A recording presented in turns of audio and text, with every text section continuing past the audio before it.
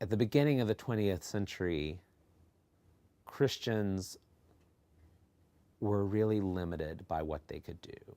I think it's one of the reasons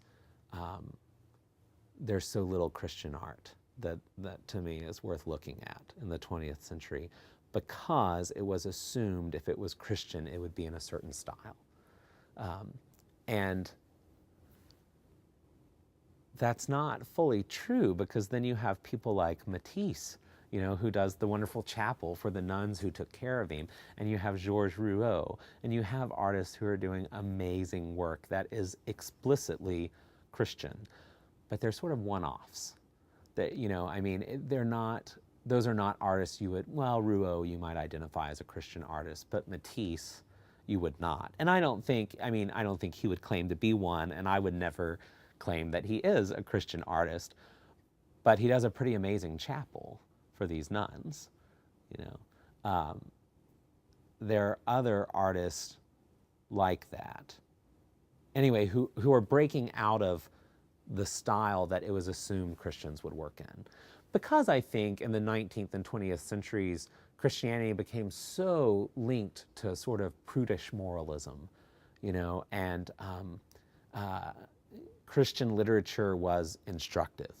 It was morally instructive, that it taught you how to be, you know. And at the same time, there's an alignment of Christians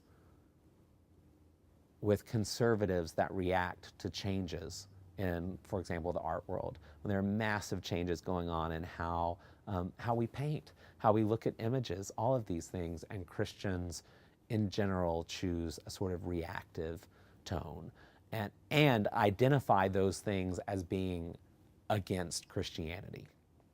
Whether they are or not, you know, they're not in and of themselves. But a lot of the artists who are working in those new styles are anti-establishment. And so because they're a threat to the Christian establishment rejects not only the artist, but the style. And they sort of retreat into this, what to me is kitsch. Thomas Blackshear and Thomas Kincaid and these artists who are doing things that I actually have very little charitable to say about them.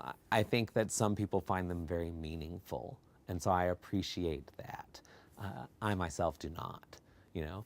I mean, the artists I find meaningful are not working in those styles. There are people like Frida Kahlo who are doing their own thing. Or even, I mean, this Tracy Emin piece, I think it's just phenomenal. I would love to have that in our church. I would love to have something like that in our church.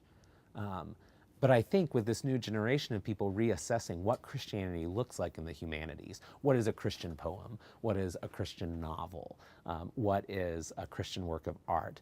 I think as we reassess that, you'll see more churches opening themselves to those sorts of works. I think, interestingly, they will blossom because there will be a market for them. And there hasn't been in the past.